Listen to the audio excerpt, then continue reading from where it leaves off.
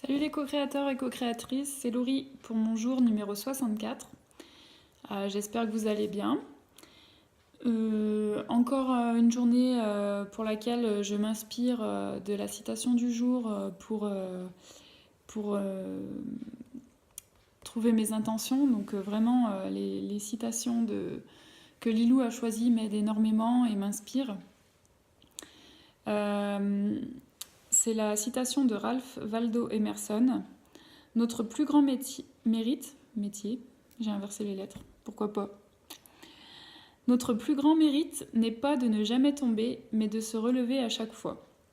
Et ça, c'est vraiment la phrase pour moi qui m'aide et qui peut aider à se lancer, à se jeter à l'eau dans la vie, au niveau des projets professionnels, etc. C'est vraiment...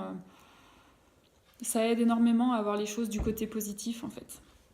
Et d'ailleurs, à ce sujet, on a acheté 3 petits cadres avec mon mari pour la décoration des toilettes. Et on a choisi 3 citations. Alors moi, il y avait la citation qui me plaît beaucoup, j'en ai parlé dans une de mes vidéos, donc c'est pas Thich Nhat Hanh qui l'a dite, comme je disais dans une de mes vidéos, mais c'est Gandhi. Donc la citation de Gandhi qui est Sois le changement que tu veux voir dans ce monde.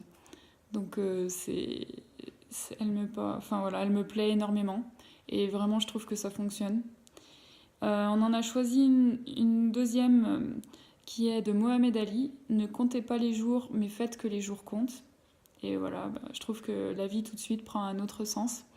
Et enfin, la dernière, la citation d'aujourd'hui m'évoque, c'est une citation de Nelson Mandela qui dit Je ne perds jamais, soit je gagne, soit j'apprends. Et c'est ça quelque part. C'est quand on tombe, et ben on se relève et on repart et on a appris de nos erreurs et du coup on avance. Voilà. Donc du coup, mon intention aujourd'hui est de persévérer, quel que soit le résultat, toujours continuer et me remettre en question quand c'est nécessaire pour toujours avancer. Et mon intuition me dit que le cahier m'aide énormément à aller dans ce sens. Je pense que vraiment ce cahier des 100 jours, le défi des 100 jours aide énormément et on peut le faire, le défi des 100 jours, sans le cahier, bien entendu.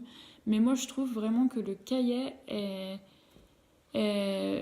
un outil très, comment dire, qui nous aide énormément, sur lequel on peut s'appuyer. Moi, personnellement, il y a des jours où je vais oublier de faire le défi. Et du coup, de voir le cahier, je vais me dire, ah oui, il y a ça aussi. Les phrases aident énormément, les citations, les petits exercices que Lilou nous propose. Et voilà, moi je trouve que ce cahier, c'est vraiment un cadeau finalement, même si au début, parfois je le voyais comme une contrainte et j'essayais d'esquiver. Mais c'est vrai qu'au final, comme je l'avais dit, j'ai eu une longue période d'absence et quand je suis revenue, j'étais contente de le retrouver. Et je pense que j'ai eu besoin de ça pour me rendre compte que en fait finalement je le faisais pas tant que ça par défaut ou par obligation, une obligation que je m'étais mise moi-même. Et, euh, et du coup, pour me sentir libre aussi, dans le sens où j'ai décidé de ne pas faire le défi pendant une dizaine de jours, je crois, je ne sais même plus. Et ben voilà, il n'y avait personne derrière moi pour m'engueuler, il n'y avait personne derrière moi pour me dire oh. Donc finalement, j'y suis revenue par moi-même et je pense que c'est à ce moment-là que j'ai réellement commencé de manière concrète pour moi, volontaire et active, mon défi des 100 jours. Donc c'était au mois de décembre pour les fêtes de fin d'année. Et surtout, j'ai vraiment attaqué clairement début janvier finalement, donc avec la nouvelle année. J'ai senti une autre manière en moi de faire ce défi. Voilà. Aujourd'hui, jour 64, donc jusqu'à demain, c'est les derniers jours sur la semaine, développer ses capacités financières et d'abondance. C'est extrêmement basé sur l'argent finalement quand même. Et moi, c'est quelque chose qui me dérange, l'argent, dans le sens où j'aime pas en parler, j'aime pas en réclamer, je sais me satisfaire de ce que j'ai. Mais et finalement, dans le cadre du défi, je trouve que c'est abordé de manière très saine, très rassurante, ça me convient. Et finalement, ça me dérange pas du tout. de parler d'argent dans mon cahier. Et finalement, peut-être, alors je sais pas si le mot réconcilier est le bon, mais en tout cas, oui, je dirais que c'est dans cette idée-là quand même. Ça me réconcilie, moi et mon rapport à l'argent, en fait.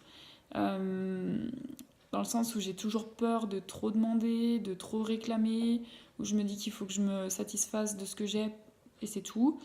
Et voilà, du coup, bah là, c'est autre chose finalement.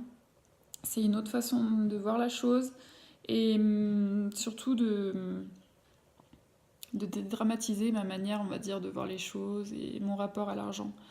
Donc voilà, je ne sais pas si je vais me sentir plus abondante niveau argent, mais en tout cas, enfin dans ma vie de tous les jours, mais en tout cas, je pense que je suis moins frileuse à parler d'argent qu'avant. Voilà, je suis désolée, il y a le téléphone qui sonne, c'est pas grave, on va le laisser sonner. Je vous souhaite une bonne journée et je vous dis à demain.